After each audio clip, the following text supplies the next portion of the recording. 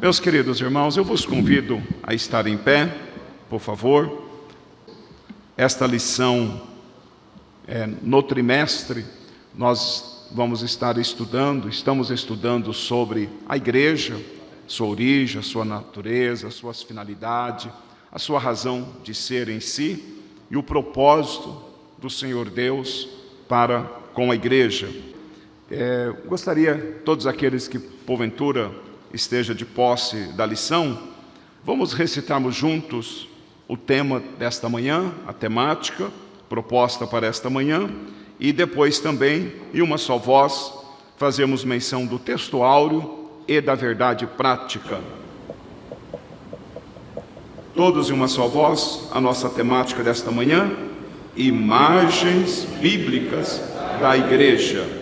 O texto áureo: mas vós sois a geração eleita, o sacerdócio real, a nação santa, o povo adquirido, para que anuncieis as virtudes daquele que vos chamou das trevas para a sua maravilhosa luz. 1 Pedro, capítulo 2, versículo 9. Verdade prática: por meio de cada imagem que retrata a igreja, o Espírito Santo revela-nos ó quão gloriosa ela é. Amém.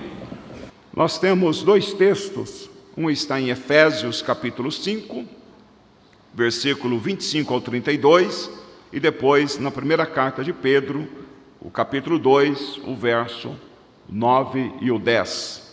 Efésios capítulo 5, a partir do 25, para aqueles que têm a lição, ou aqueles que vão estar acompanhando no exemplar da Sagrada Escritura, vamos fazer esta leitura, como de costume, alternada. O verso 25: vós maridos, amai vossa mulher, como também Cristo amou a igreja, e a si mesmo se entregou por ela,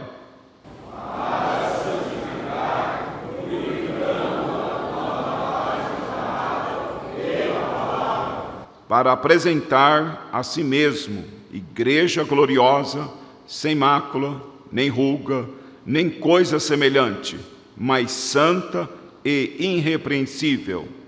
Assim deve os maridos amar a sua própria mulher, como seu próprio corpo. Quem ama a sua mulher, ama-se a si mesmo. Porque nunca ninguém aborreceu a sua própria carne, antes alimenta e sustenta, como também o Senhor a igreja. Porque somos membros do seu corpo. Por isso deixará o homem seu pai e a sua mãe, e se unirá à sua mulher, e serão dois numa carne.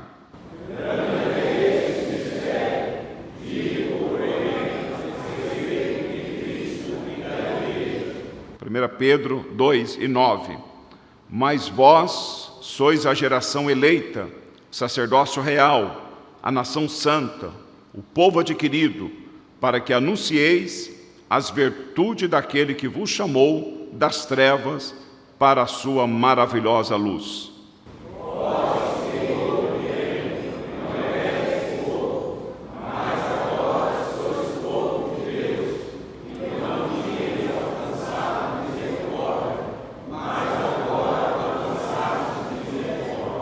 Amém. Glória a Deus. Ainda em pé, mais uma vez em oração, o pastor Amaro estará aqui na responsabilidade da ministração desta aula, em oração pela vida do pastor, pela vida de todos os presentes, todos os participantes, que seja uma manhã de bênção, de edificação para o povo de Deus. Oremos.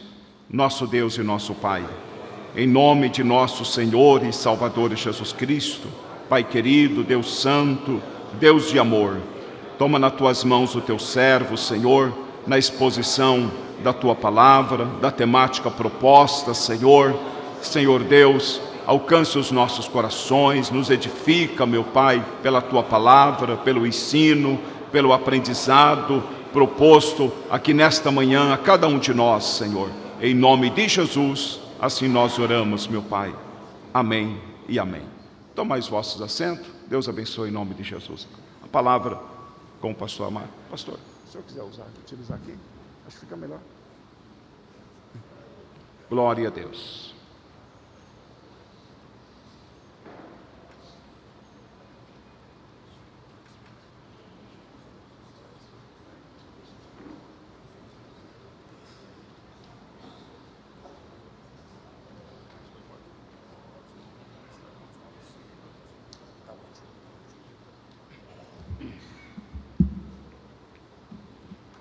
Queridos irmãos, é com alegria que eu vos cumprimento, com a graça e a paz do Senhor.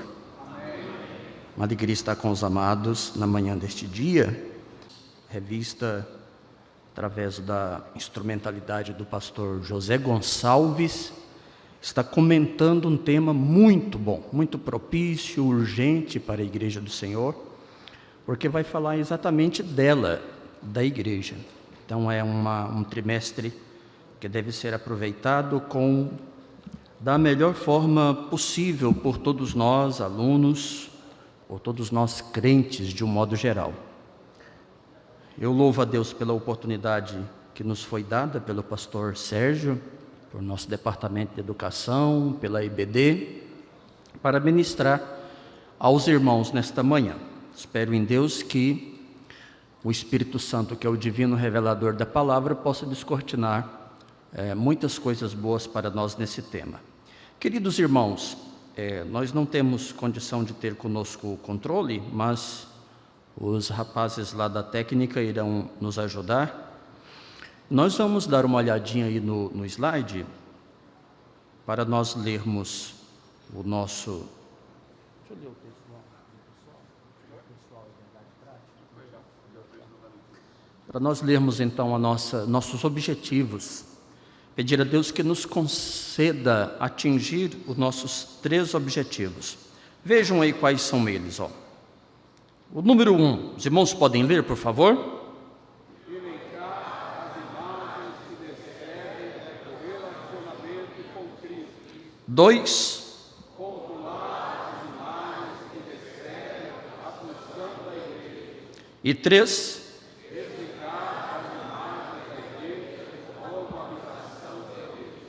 muito bem, os irmãos verão aí no próximo slide que nós temos a palavra-chave dessa aula. Essa aula tem uma palavra-chave que é a palavra imagem.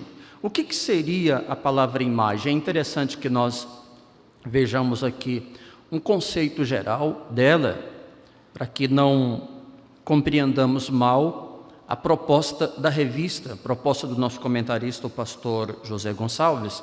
Os irmãos podem ler comigo, por favor? O que é imagem mesmo? Vamos ler juntos? A palavra...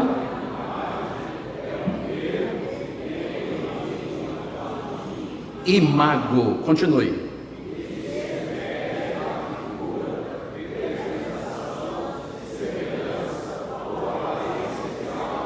Como?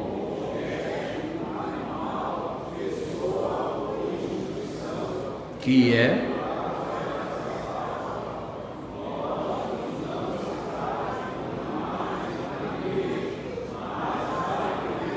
Portanto, uma figura, uma representatividade. Note que eu destaquei ali, os irmãos estão notando que está destacada a palavra instituição. A palavra imagem também, ela pode servir para representar uma instituição, um segmento, uma organização e assim por diante. No nosso caso aqui, nós estamos tratando de imagem da igreja, ou imagens. Nós temos o plural na nossa temática. Imagens da igreja, ou seja, representatividade, que nos ajuda a compreender de forma mais elucidativa, amados, o que vem a ser a igreja, sua missão, sua função, a sua grande responsabilidade na terra. Portanto, nós vamos analisar nesta aula estas questões. Nossa aula está dividida em 3 tópicos, como você pode ver aí no próximo slide. Nosso tópico de número 1 tratará de imagens que descrevem o relacionamento. Bom, nós acabamos de compreender o que é imagem. Ela pode ser uma representatividade, uma figura. é uma linguagem. A imagem, ela não é apenas a representação física de algo, porque quando falamos em imagem, nos vem logo à mente a representação física de algo. Por exemplo, Gênesis 1, versículo 26, quando nós lemos ali, e o Senhor Deus criou o homem à sua imagem, ali fala de uma representação física e em muitos outros aspectos, a imagem de Deus. Mas no caso de hoje, desta aula de hoje, nós estamos falando de imagem para ilustrar, para representar. Não é exatamente o aspecto físico de algo, mas representar no sentido de definir. Nós temos muitas imagens da igreja na Bíblia. Muito bem, queridos, no nosso primeiro tópico, nós veremos a imagem nos ajudando a entender relacionamento. E nós abordaremos aí a noiva de Cristo, a esposa de Cristo e o rebanho de Deus, nesse tópico. No segundo tópico, eu achei que o pastor José Gonçalves foi muito didático. Nós vamos abordar imagens descrevendo a função da igreja. Aqui no segundo tópico, nós aprenderemos uma representatividade da função da igreja por meio das imagens atribuídas a ela em toda a Bíblia, mormente no Novo Testamento, que o Novo Testamento tem uma mensagem direta sobre a igreja. Nesse tópico nós veremos a geração eleita, sacerdócio real, nação santa e povo adquirido, e veremos também o corpo, como a igreja é representada pela imagem do corpo nesse tópico. Por último, analisaremos imagens que descrevem a igreja como habitação. Você está vendo no slide, número 3. A igreja como habitação. E nesse caso nós abordaremos santuário de Deus, casa de Deus, e para fechar nós falaremos sobre o privilégio da igreja, o privilégio de ser igreja. E aí então poderemos concluir nossa lição daqui a pouco, se Deus quiser. Então vamos em frente, queridos, para aproveitar bem o nosso tempo. Eu dividi cada ponto, cada tópico da lição em subpontos. Coloquei-lhe as letrinhas A, B, C e D para ficar melhor o acompanhamento dos irmãos, para ficar um pouco mais didática a aula e podermos desenvolvê-la o mais rápido possível, porque o tempo é pouco. Então, amados, note conosco aí na introdução que ela nos aponta isso, obrigado pelo slide, ela nos aponta o que nós trataremos aqui rapidamente na lição de hoje. Letra A, nós vamos tratar de quê? Letra A.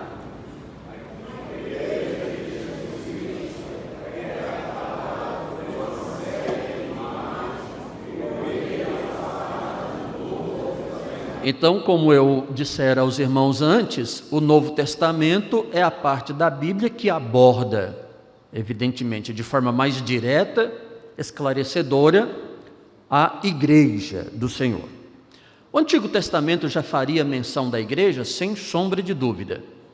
As profecias, até a história, se os irmãos lerem a parte história do Antigo Testamento, que está dividida em quatro partes, lei, história, poesia e profecia, em qualquer uma dessas partes do Antigo Testamento nós veremos alguma figura, alguma representação de forma um pouco mais velada, mas que se refere à igreja. Mas o Novo Testamento é o livro-texto, é a parte texto da Bíblia que nos apresentará de forma inconfundível a igreja do Senhor. Então essas imagens, elas marcarão presença de forma mais abundante no Novo Testamento. Nós veremos um pouco dessas imagens hoje. Lembrando que não serão todas nessa aula, apenas as mais marcantes. Letra B, igreja, leia.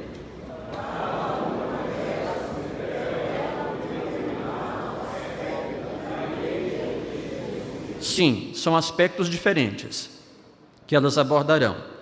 A igreja, além das imagens que estão aqui, ela pode ser construção, ela pode ser lavoura. A Bíblia se refere a tudo isso. Mas nós vamos ver as mais marcantes. Letra C, o que nós estudaremos, amados?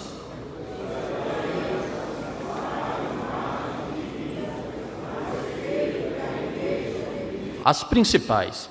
digamos assim, as mais utilizadas, as mais pregadas, as mais abordadas nas pregações, nos ensinos. Pensemos por esse ângulo então.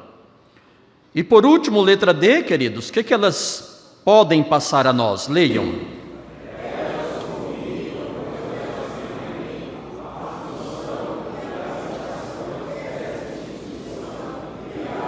Sim, glória a Deus. A Igreja do Senhor é um projeto maravilhoso dele, do próprio Deus.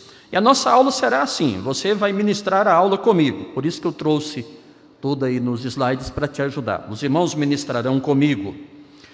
Agora, abordando aqui o nosso primeiro tópico da lição, eu apresentarei durante essa aula alguns adendos rápidos, apenas para ficar mais esclarecedor alguns pontos que pastor José Gonçalves traz aqui para nós no comentário. Nosso primeiro tópico, irmãos, ele aborda imagens que descrevem relacionamento. Imagens que descrevem relacionamento. Primeira mão, esse relacionamento não é só entre Deus, o supremo arquiteto da igreja, e a sua igreja, como também o relacionamento membro deste corpo e esta igreja. Relacionamento pastor, líder e esse grupo, essa comunidade, esse rebanho. Então é relacionamento em aspectos um pouco mais abrangentes, não apenas em um só. Essas imagens que a nossa aula traz como representação de relacionamento, a primeira delas é a imagem de uma noiva. A igreja é apresentada no Novo Testamento como uma noiva.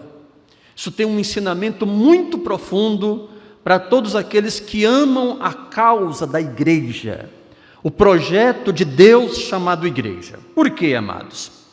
Veja, você pode ler o primeiro parágrafo comigo? Vamos juntos?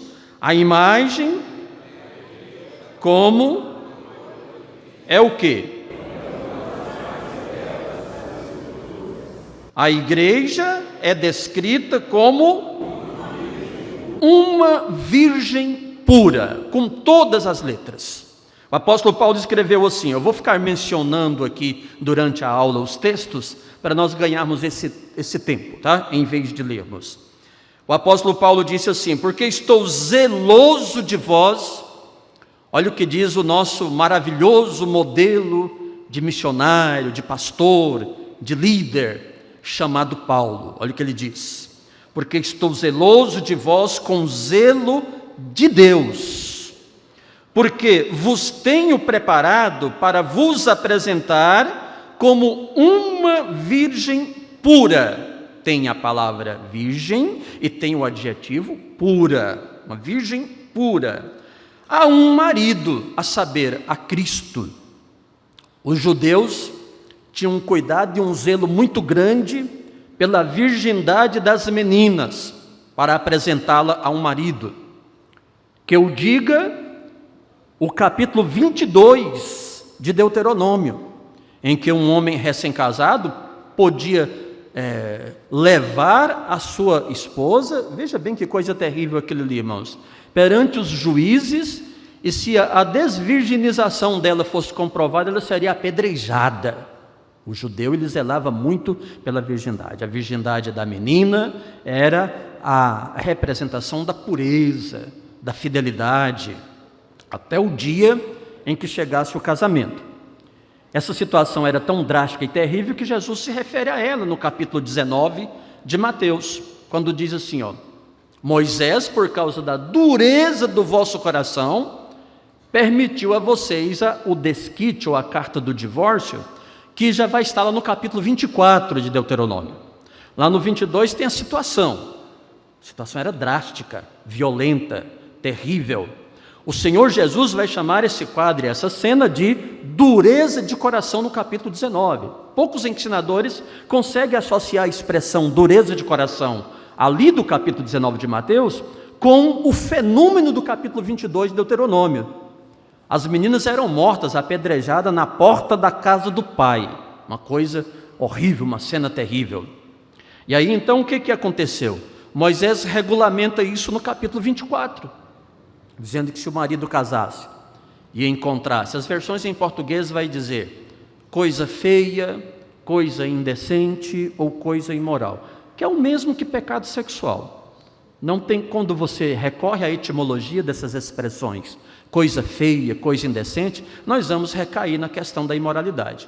Então ele podia silenciosamente redigir uma carta de desquite, dar para aquela mulher e dizer: olha, vai em paz, eu não te quero, porque o judeu velava muito pela virgindade. Então aqui quem está falando é um judeu legítimo, o apóstolo Paulo, nesse texto aqui. Aí então, quando você vai para o caso de José e Maria, ele intentou fazer exatamente isso. Às vezes isso acontecia durante o desposo. Desposo era o noivado. José, por exemplo, ele tinha uma prova cabal, se não fosse uma obra do Espírito Santo, o que estava no ventre de Maria, ele tinha uma prova cabal, visível, da desvirginização de Maria. Aí o que a Bíblia diz lá no capítulo 2 de Mateus? Ele intentou deixá-la secretamente. O que seria isso? Sem causar escândalo, que é o mesmo princípio do capítulo 24 de Deuteronômio. Os irmãos podem conferir, comparar as coisas e verem que é isso. Que era o que? Deixá-la secretamente. Fazia a carta, dizia: olha, eu não te quero, você está grávida. Mas o anjo do Senhor aparece a José e diz: não temas receber Maria, que o que nela está gerado é do Espírito Santo. Glória a Deus. Aí acabou todo o problema. Aquele projeto do capítulo 24 de Deuteronômio que se cumpriria na vida de José, ele abre mão, que era um direito dele como bom judeu. Ele não o faz. Então, queridos irmãos, Paulo diz assim: estou zeloso de vós, para vos apresentar como uma virgem pura. E a gente fica usando o pretérito, isso era muito importante, mas não é que era, na verdade isso é importante. A igreja não deve abrir mão disso, de cuidar de suas moças, de suas virgens, como diz o capítulo 7 de 1 aos Coríntios, cuidar de suas virgens, os pais cuidarem de suas virgens. Mas note bem, queridos, lá era bem mais extremo esse cuidado entre eles. Hoje em dia a coisa está difícil. Agora, é uma figura, essa virgem pura apresentada ao marido, é uma figura da igreja como noiva trazendo a seguinte ideia. Responda para mim, por favor. Letra A, que ideia? Castidade, que está entre parênteses o quê? Virgem, a virgindade. Letra B, que nos dá a ideia de que é a pureza? Sem contaminação. Uma moça desvirginizada, ela seria contaminada. Era um escândalo em Israel. Ela não podia fazer isso, entrar pelo caminho da fornicação. Era um escândalo horrível. E a terceira ideia, letra C, que seria o quê? Para o noivo, para o marido. Então, essa é a grande comparação. E aqui nós estamos falando de linguagem comparativa, de acordo com as regras da língua portuguesa, porque aparece o conectivo como, apresentar como uma virgem pura a um marido, a saber, a Cristo. Todos estão entendendo até aqui, queridos?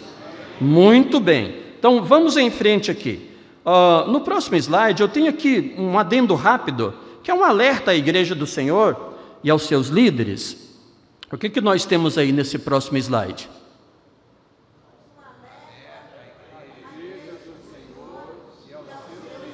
Muito bem, por quê? Na medida em que a moça não era achada virgem lá no casamento, isso era descrito como prostituição. A fornicação, ela é a ramificação da prostituição. Muito bem. Então, qual é esse alerta para a Igreja do Senhor? O alerta, queridos, é que, primeiro, a nação de Israel, ela se prostituiu. A prostituição, quando fala de virgindade, de pureza, que é espiritual, a prostituição também é espiritual. Israel, essa menina dos olhos de Deus, prostituiu, ela traiu o Senhor. Jeremias, no capítulo 3, rapidinho aqui para os irmãos, Disse mais o Senhor nos dias do rei Josias: visto o que fez a rebelde Israel, ela foi-se a todo monte alto, debaixo de toda árvore verde, e ali andou prostituindo-se, ou seja, trocando seu Deus poderoso, verdadeiro, aquele que a projetou, pelos deuses estranhos, pelos deuses falsos. E o Senhor continua dizendo pela boca do profeta: e eu disse, depois que fez tudo isso, volta para mim, mas não voltou, e viu isso a sua aleivosa irmã Judá. E quando, por causa de tudo isso, por ter cometido adultério, a rebelde Israel, despedi-a e lhe dei um libelo de divórcio. E vi que a aleivosa Judá, sua irmã, não temeu, mas foi-se e também ela mesma se prostituiu. Era mistura com as nações que adoravam seus deuses, que tinham lá os seus politeísmos. E isso era uma prostituição contra Deus. Então, quanto a Israel, o Antigo Testamento tem muitas outras passagens. Nós poderíamos citar, por exemplo, acho que você está vendo no slide aí, Oséias, capítulo 4, versículo 15, entre muitas outras passagens. Mas o que nos assusta é essa segunda parte que está aí, que poucos de nós paramos para pensar. Isso é um alerta para nós, o quanto a liderança da igreja do Senhor precisa estar em alerta quanto ao perigo que a igreja de Jesus, que Paulo diz que é responsabilidade dele apresentá-la como uma virgem pura ao marido, está em risco, especialmente nesses últimos dias. Jesus disse que o aumento da iniquidade seria tanto que o amor de muitos aconteceria o quê, igreja? Esfriaria. Então é esse o alerta para nós. Por quê, queridos? A igreja militante, eu não posso falar de igreja invisível, da Universal Assembleia dos Santos de Hebreus capítulo 12, aí nós não podemos, que seria até uma blasfêmia. Mas a igreja militante, lamento dizer-vos, já se prostituiu também. Já se prostituiu. Eu trago aqui alguns dados importantes. Olha, como que isso aconteceu? Isso acontece em dois casos. A primeira situação, letra A, o que diz a letra A? Poderíamos citar quem? Pérgamo, Apocalipse 2, versículo 14. Eu vou ler para você, escuta só, para a aula ficar bem clara. Mas umas poucas coisas tenho contra ti, porque tens lá os que seguem a doutrina de Balaão, o qual ensinava Balaque a lançar tropeços diante dos filhos de Israel, para que comessem dos sacrifícios da idolatria e se prostituísse. Isso aqui não é Israel, isso aqui é a igreja. Pérgamo é uma representação profético-dispensacional de várias etapas da igreja dos dias de Cristo até os nossos dias, ou até a volta de Jesus. Ele representa um dos períodos da igreja. Olha aqui, se prostituísse. Um outro caso local é a igreja de Tiatira. Então não podemos confiar, mas a igreja do Senhor é intocável. Jamais acontecerá nela um caso de prostituir-se contra o seu Deus, a doutrina, a santidade. Não é bem assim. Toda a liderança da igreja deve estar em alerta e como grande instrumento de Deus, como Paulo nos deu o exemplo nesta manhã.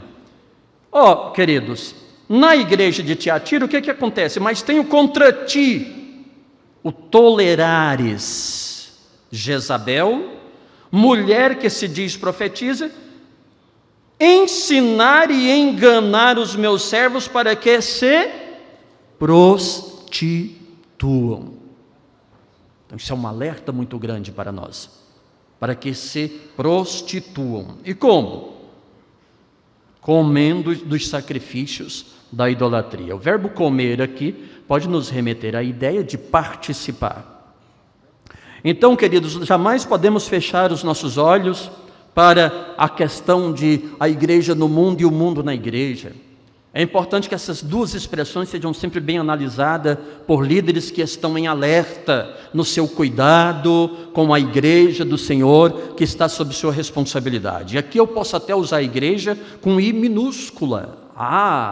Igreja local, aquela que o Senhor te conferiu, aquela que o Senhor te entregou, aquela que Ele costuma pôr na mão de bispos, pastores e líderes de um modo geral. Agora, letra B, o que diz a letra B? Em uma união do Estado com a igreja, houve uma prostituição visível aos olhos de todo mundo. Grandes hermeneutas estudam e nos apresentam com carinho. Um desses hermeneutas é um brasileiro chamado Abraão de Almeida. Ele tem um livro chamado Babilônia, Ontem e Hoje, em que ele descreve de forma escatológica e muito clara, muito esclarecedora, a Babilônia dos capítulos 17, 18 e início do 19 de Apocalipse, porque a sequência do 19 vai falar da igreja do Deus vivo já nas bodas do Cordeiro. É um capítulo maravilhoso de se estudar. Talvez dos capítulos da Bíblia, de toda a Bíblia, e mormente do Apocalipse, estes 3 sejam os de mais difícil interpretação, porque eles são muito proféticos. Aquele fato não tinha ocorrido nos dias de João. Aquilo é futurístico.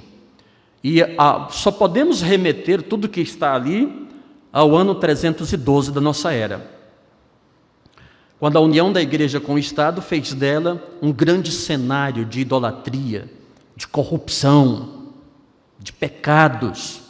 O que seria isso senão uma prostituição contra Deus? Deus é misericordioso que o remanescente está aí. Olha vocês aí glorificando a Deus. O remanescente está aí, queridos, mas pastores, líderes em geral, que o Senhor Deus esteja mantendo os vossos olhos abertos e bem ungidos com colírio diante da igreja do Senhor, porque a ideia de igreja no mundo tende a inverter a qualquer momento. O mundo na igreja. São tantas estratégias, são tantas criatividades, entre aspas, que está sendo um verdadeiro convite para um mundo na igreja, muito mais do que uma igreja no mundo. Próximo subtópico, querido, é a esposa de Cristo. A esposa de Cristo, ela ocorre na ordem aqui, na verdade, deve ser a noiva de Cristo, que é o estágio igreja na terra.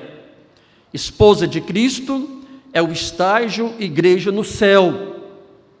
Igreja com Cristo. Com Cristo. Esta descrição ela fica clara no capítulo 19 de Apocalipse, mormente a partir do versículo 5, onde na visão do apóstolo João, Deus descortina para ele uma multidão muito grande que ninguém podia contar, de povos, tribos, línguas e nações, ou seja, igreja, que judeu é judeu, raça pura, nação pura. Gentil é um monte de gente hoje espalhada por toda a face da terra, de todas as nações. Mas igreja é uma mistura dos que foram alcançados pela graça de Deus. E hoje formam uma grande multidão no mundo todo. E João deslumbrava isso ali.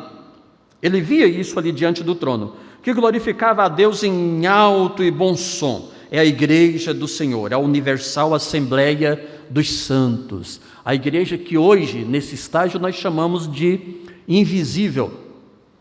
Ela difere da militante. A militante é a mistura. Na militante pode ter joio. Na militante pode ter problemas. Na universal assembleia é o grande remanescente que está aí no meio da grande igreja espalhada por todo o mundo, queridos. Então, a esposa é o estágio de glorificação da igreja. Ela estará com Cristo. Aí entra a figura de Efésios, capítulo 5, versículo 25 e 26. Leia comigo as letrinhas que eu enumerei aqui como subpontos. Letra A, o que diz, queridos?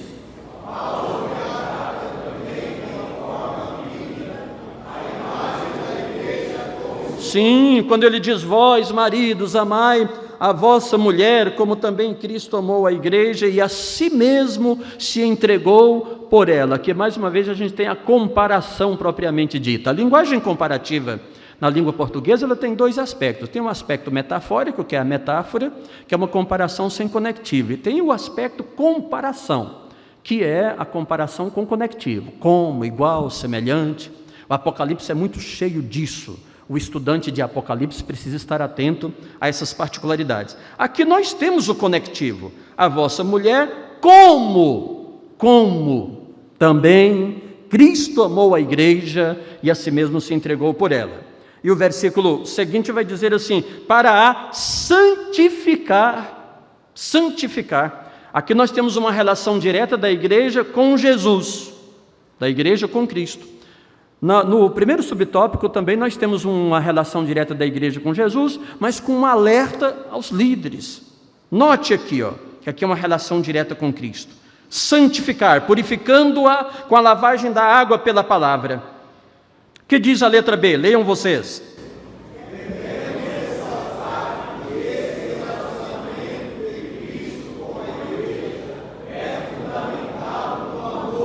Sim. Glória a Deus. Paulo diz: como Cristo amou a igreja. Você, como alcançado pela graça de Deus, é alvo desse grande amor, meu irmão. A igreja de Cristo, ela é um alvo, é a menina dos olhos de Deus, do seu amor. Cristo amou a sua igreja. O João, o apóstolo, escreve dizendo: porque Deus amou de tal maneira. É como se o escritor, lá no seu estilo literário, dissesse: não tem como descrever, então eu vou dizer assim: porque Deus amou de tal maneira. Pronto, é indescritível. É o amor de Deus por aqueles que são alcançados por sua graça. Então, queridos irmãos, uma coisa importante que na letra C, aqui vem um ensino bastante prático. O que diz na letra C, nesse subponto? Leia.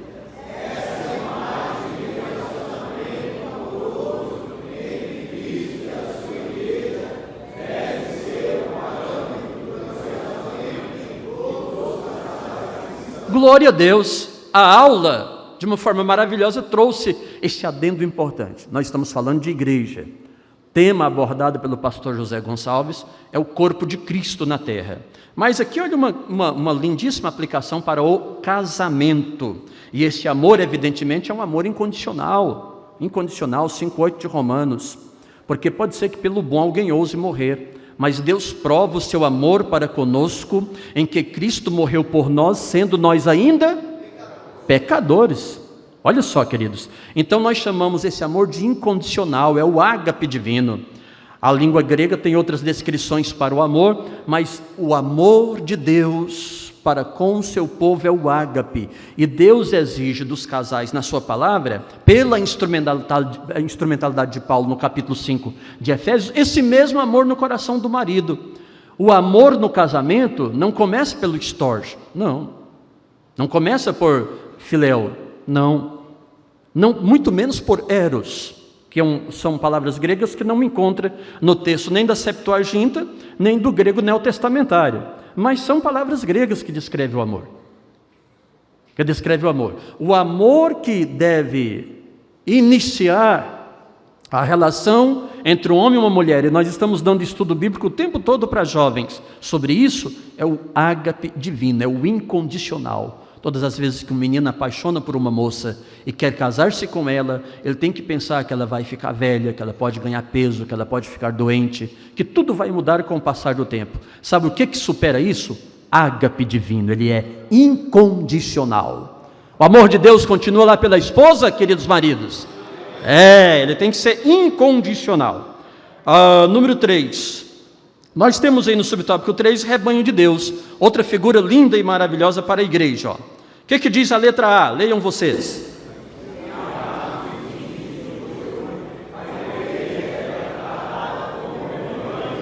Prossiga.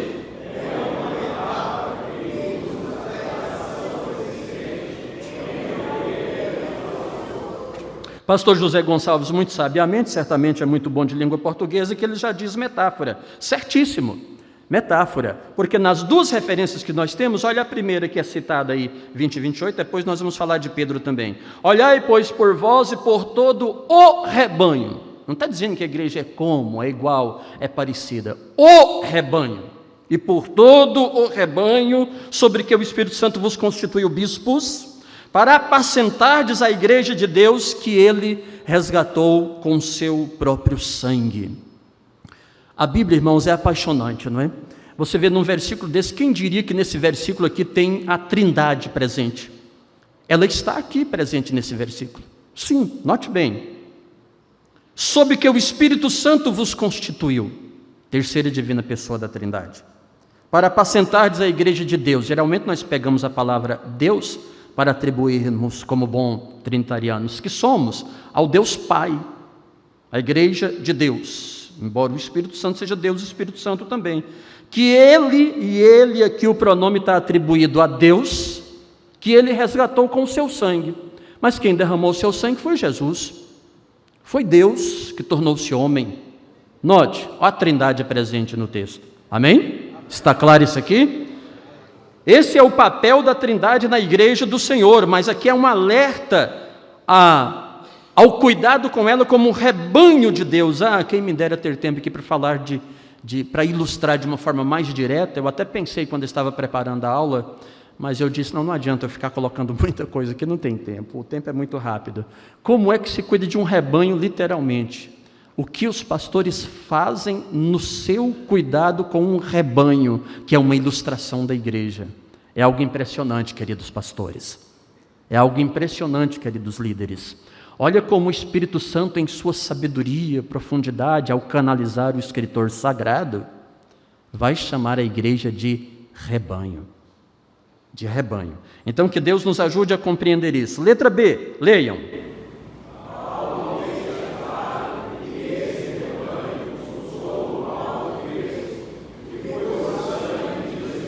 Muito bem, letra C.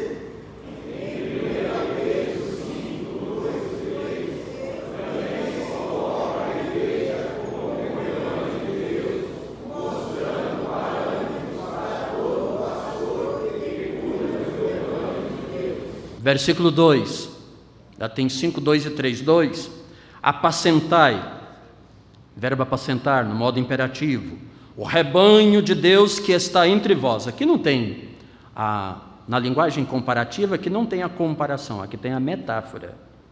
Apacentai o rebanho de Deus que está entre vós, tendo cuidado dele, não por força.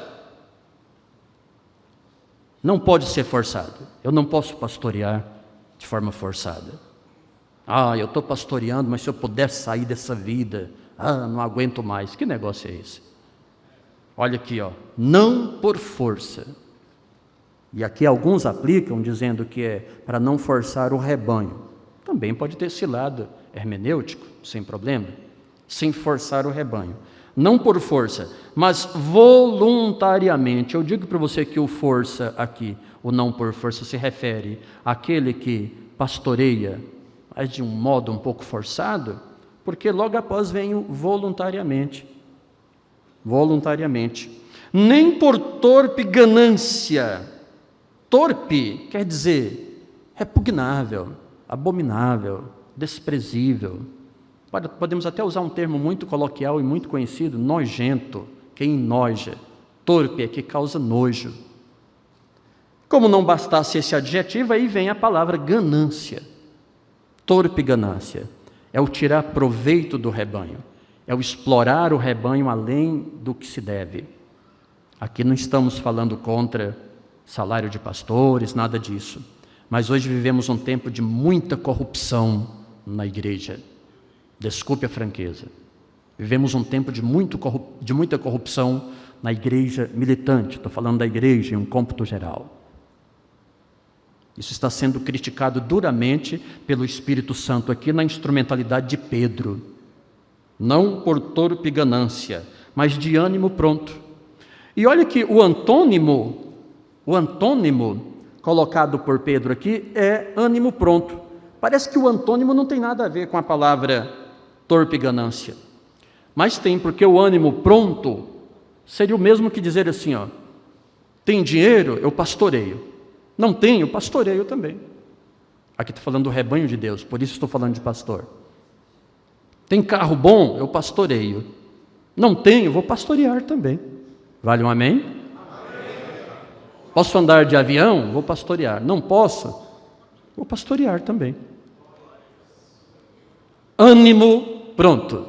Ânimo pronto. Pronto para arrebanhar o povo de Deus. O verso 3 diz assim, nem como tendo domínio sobre a herança de Deus. Eu sempre falo disso em minhas pregações. A igreja não pode ter dono. A igreja tem servos. Quanto mais quer ser grande na igreja, menor tem que ser. Amém? O que quiser ser primeiro entre vós, seja o último, seja o derradeiro. A igreja não tem dono. Vivemos um tempo de donos de igreja. Isso é antibíblico. Esse trimestre vai nos ensinar muito isso. O Senhor Deus desperte o nosso coração. Nem como tendo domínio sobre a herança de Deus, mas servindo de exemplo ao rebanho, diz o apóstolo, de forma muito ousada e poderosa. O que Pedro nos mostra aí, queridos? Ele mostra que o pastor, ele não pode fazer no seu trato com a igreja, ele não pode proceder, comportar-se destas formas que ele expõe aí de maneira muito veemente e forte. O tópico 2, ele aborda imagens que descrevem a função.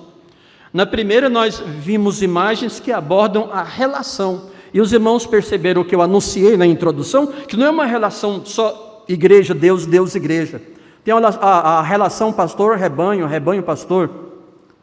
Isso tudo envolve aqui na questão da relação. Essas imagens apresentadas pela Bíblia apresentará essa relação.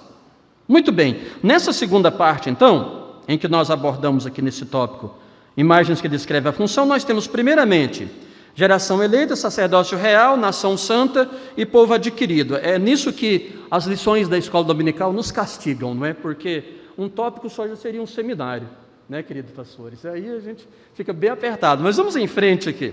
A igreja como geração eleita, aqui entraria uma série de doutrinas maravilhosa, que aliás assembleanos precisam muito estudar. Quando a gente fala de geração eleita, a gente lembra de uma onda que tem atacado a igreja muito forte, que é o predestinacionismo, o calvinismo lá dos Países Baixos, que teve muito mais apoio político do que apoio teológico. É bom que assembleano saiba disso. Mas tem gente aí amando ouvir e convidando para as suas igrejas. Não tenho nada contra, aliás, respeito muito, leio livros deles, né? Augustus Nicodemos, Hernandes Dias Lopes, uma bênção esses homens. Não estou falando mal, falo aqui com muito respeito. Mas tem assembleano quase que adorando essas pessoas. Acho bom que você tenha um pouco de cuidado. Essas pessoas são radicalmente contra o pentecostalismo. O que tem assembleano de estar beberando dessas águas? Eles são radicalmente contra o pentecostalismo. Critica de forma debochada o pentecostalismo. Por que vocês ficam adorando esses nomes por aí? Muito cuidado, querido. Isso que são oportunidades que Deus nos dá numa aula, viu, irmãos? Oportunidades para dar um alerta à igreja do Senhor. Então, muito cuidado. Mas não temos tempo de aprofundar tanto assim. Sacerdócio real, nação santa, povo adquirido.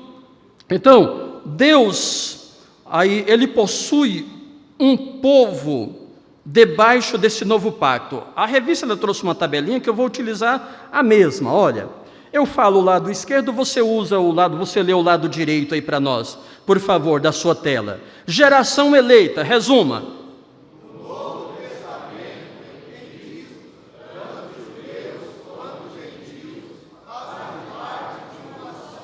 Aleluia. A parede de separação que havia no meio foi ruída. Ela não existe mais. Para a igreja não tem parede de separação. Gentios, judeus. Paulo, de uma forma fabulosa e maravilhosa, ele ensina em Romanos, irmãos, o que aconteceu. Ele começa Romanos dizendo que judeus e gentios estão no mesmo patamar diante de Deus. No capítulo 1, ali a partir de 18, 19, ele vai apresentar a situação depravada dos gentios. No capítulo 2, ele vai dizer que judeus estão no mesmo patamar. Todos dependem da justiça de Deus pela graça. Ele vai descrevendo. Quando chega no capítulo 3, ele vai descrever essa graça, como que o homem, de um modo geral, está caído da graça de Deus. No capítulo 4, ele chega a ilustrar que Abraão foi justificado pela fé. Não teve nada de obras da lei, então o judeu não pode se arrogar disso, embora no capítulo 3 ele apresenta também ali alguns privilégios dos judeus, como por exemplo de serem guardiões da revelação de Deus que nós temos em mãos. Ó que bênção! Os gentios devem isso aos judeus. Deus usou os judeus, embora tenhamos também escritores gentios, mas nós devemos essa gratidão a eles. E do capítulo 5 para frente ele começa a descrever que todos, tanto judeus como gentios, precisam serem justificados pela fé. Ali Paulo está falando de igreja. Embora quando chega ali nos capítulos 9, 10 e 11, ele vai referir muito aos judeus como nação. É outra coisa que vocês precisam ter muito cuidado com os ensinos desses dois nomes que eu falei aqui, entre muitos outros. Só citei dois no Brasil, que são os mais famosos. Na definição hermenêutica e interpretação de 9, 10 e 11 de Romanos. Tem muita gente fascinado por um ensino do cristianismo histórico, que desvia muito o que Romanos 9, 10 e 11 querem realmente dizer. Então tenhamos muito cuidado com isso. Próxima linha aí, sacerdócio real. Leia os irmãos a definição.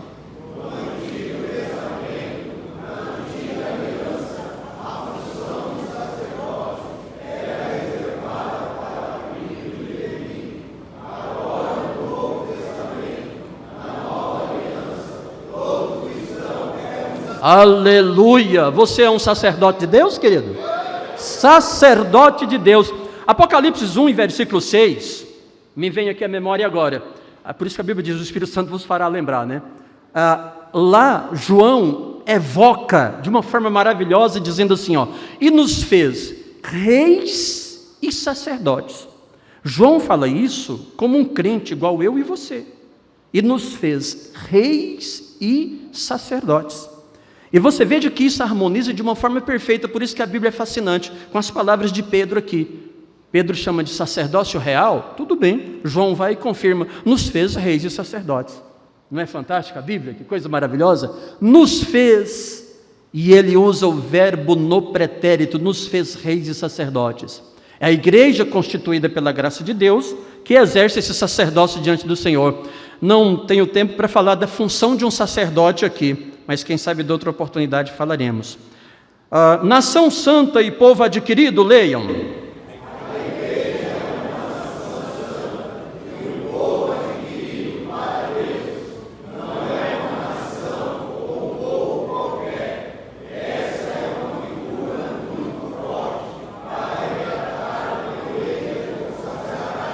Glória a Deus, é verdade. Em segundo plano, nós temos aqui, queridos, o povo aqui é adquirido, a nação é santa. Santa aqui, hebraico kadosh, o grego também vai dar a mesma ideia, quer dizer separada, a igreja é separada para Deus. A igreja é a bendita e maravilhosa eclésia, os que foram chamados para fora. É um povo seleto. Você faz parte do povo seleto de Deus. Aleluia. Agora, ela é também um corpo, na metáfora bíblica, um corpo. Note, o que diz no subtópico 2, para quem está acompanhando a revista, eu divido aqui em subpontos. Letra A, leiam.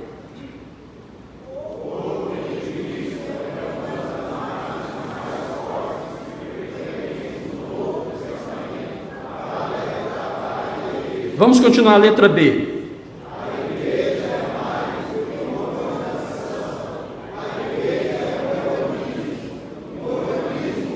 Organismo vivo, mais do que organização. E é interessante essa expressão usada pelo pastor José Gonçalves, mais do que organização, porque há assim uma ligeira tendência de pensar na igreja muito em organização, e parece que se esquece de que ela é um organismo vivo. Letra C.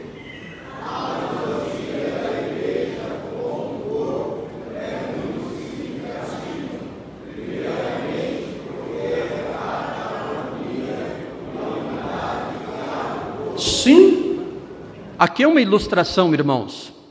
Aqui é uma metáfora. A igreja também ela não é como o corpo. A Bíblia chama de o corpo de Cristo. A diferença é que é o corpo de Cristo. Cristo é a sua cabeça. A cabeça, aquele que rege todo o corpo. Mas note bem que há uma harmonia perfeita nesse nosso corpo, com exceção das doenças genéticas, doenças degenerativas, com exceção das doenças, e mesmo assim o organismo reage em harmonia. O corpo é a coisa mais fantástica como prova da criação de Deus. Só um ser tão inteligente, tão poderoso como Deus poderia projetar esse corpo seu aí, esse meu corpo, nosso corpo. É algo fantástico. que a ciência diz sobre o nosso corpo tem feito muitos cientistas, pasmem com o que eu vou te dizer aqui, acreditarem em Deus. Tem feito muitos cientistas acreditarem em Deus. Tal é a complexidade e a harmonia desse corpo. Letra D.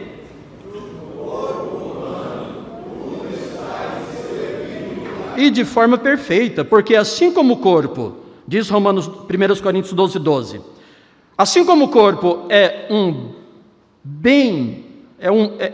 e tem muitos membros, e todos os membros, sendo muitos, são um só corpo, assim é Cristo também. E note que o texto diz assim é Cristo também, não diz assim é a igreja, mas assim é Cristo, porque Cristo é a cabeça. Paulo diz que ele é a cabeça do corpo, que é a igreja. Cristo é a cabeça, então assim é Cristo também, ele forma com a sua igreja um corpo, cuja cabeça é ele mesmo. E aí, queridos, nós temos aqui na sequência, o próximo subtópico, pode passar o slide aí, letra A, o que diz a letra A? Estamos caminhando para o final, leiam.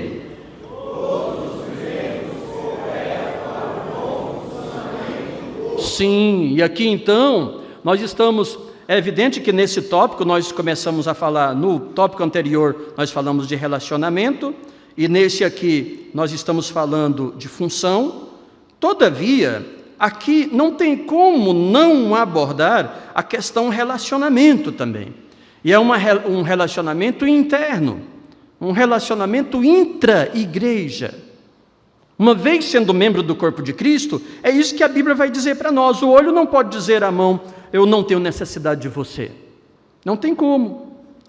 Não tem como também a cabeça, que é o centro motor do corpo, dizer aos pés. Paulo coloca em confronto aqui cabeça, onde está o cérebro, pensamento, a mente, o intelecto, a inteligência, com os pés. Ela não pode dizer aos pés, eu não preciso de ti. Pois, não obstante ser essa parte tão importante do corpo, esse centro motor do corpo, fisicamente ela não vai a lugar nenhum sem os pés. É claro que mentalmente, intelectualmente, maravilha.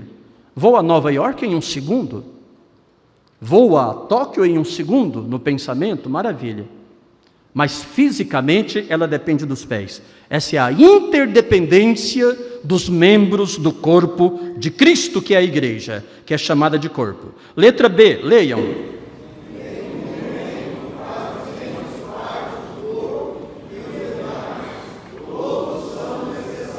Aqui entra muito o ensino do meio-irmão do Senhor, Tiago, o perigo da acepção, o perigo da discriminação, o perigo do diferenciamento entre pessoas, que isso jamais passa pelo nosso coração, pela nossa frágil cabeça, porque nenhum membro é inferior ao outro enquanto membro do corpo de Cristo. O líder da maior convenção no Brasil hoje não é mais importante do que aquele irmão que aceitou a Jesus com muita fé e foi batizado ontem. Te impressiona um pouco isso? Mas não é como membro, não.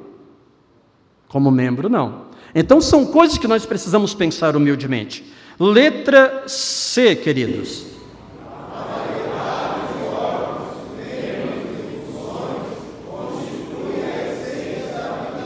A essência. E olha que aqui Paulo menciona só os membros visíveis, mãos, pés, o tronco, os membros.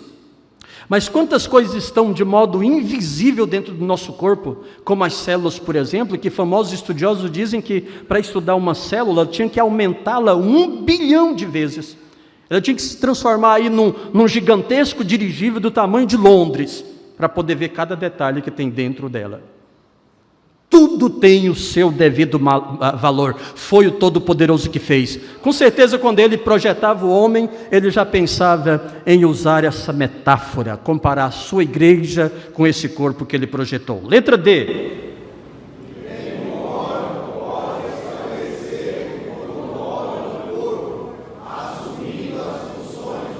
Outro grande ensinamento da inter-relação, embora esse tópico trate da função. Muito importante na inter-relação. Olha um corpo aí ilustrado, no seu slide. Mas não vamos entrar em detalhes. No tópico 3 abordou imagens que descrevem a habitação. Então a igreja aqui é comparada com uma habitação. Nesse caso nós temos que ter cuidado, já vou voltar para o nosso pastor, que ela é aqui nesse tópico. Número 1, santuário de Deus. E no número 2, casa de Deus. Qual a diferença? Se voltarmos para o tabernáculo veterotestamentário, o santuário era um local diferente da outra parte do templo, do tabernáculo, da primeira parte. Então o santuário é a parte mais íntima de Deus. Portanto, queridos, esse tópico é um tópico para se pensar não em templo em si, mas pensar no povo de Deus, em cada membro da igreja individualmente, que é uma habitação de Deus. Diz Paulo, uma pergunta: ou não sabeis que o nosso corpo é o templo do Espírito Santo, que habita em vós, proveniente de Deus? Isso não é projeto de pastores, é de Deus. E que não sois de vós mesmos.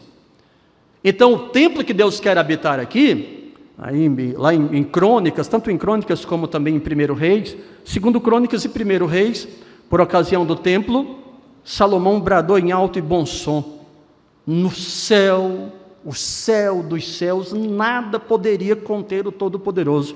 Onde Ele quer habitar? Dentro de mim e de você. Olha que coisa. O templo é maravilhoso, o templo também é bíblico. É maravilhoso dar estudo bíblico sobre o templo e a importância dele. Aliás, numa época de gente desigrejada, é muito bom falar de templo. Mas nesse caso aqui está falando do templo do nosso corpo. Amém, igreja? Glória a Deus. A casa de Deus, então, vai seguir a mesma vertente, a mesma linha. Deus está interessado em morar no crente. E isso, querido, tudo isso que falei, muitas outras coisas, consiste no privilégio de ser igreja. Pode ir aí para o penúltimo parágrafo, o privilégio de ser igreja, para nós encerrarmos. Número 1, leia vocês.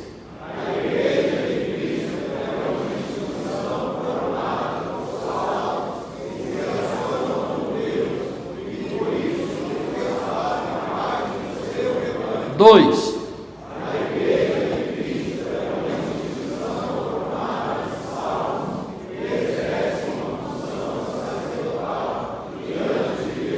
Três.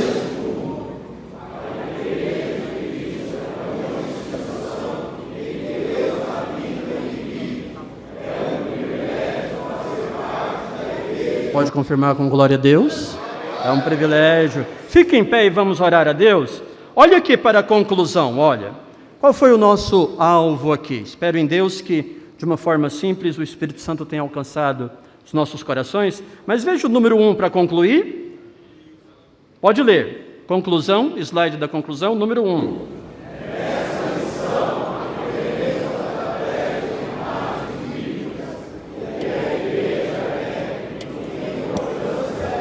Número 2.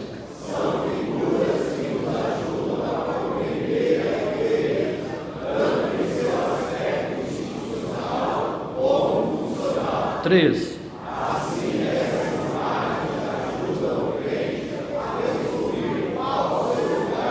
Aleluia. E número 4.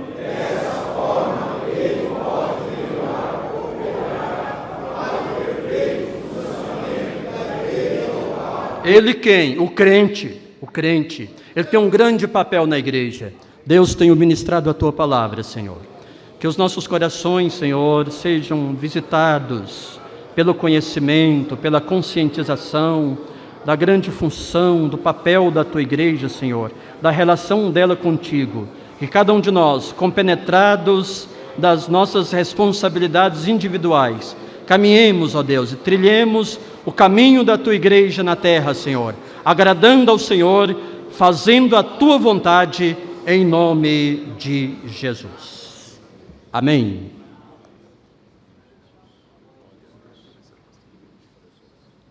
Por favor, tomai os vossos assentos. Deus abençoe.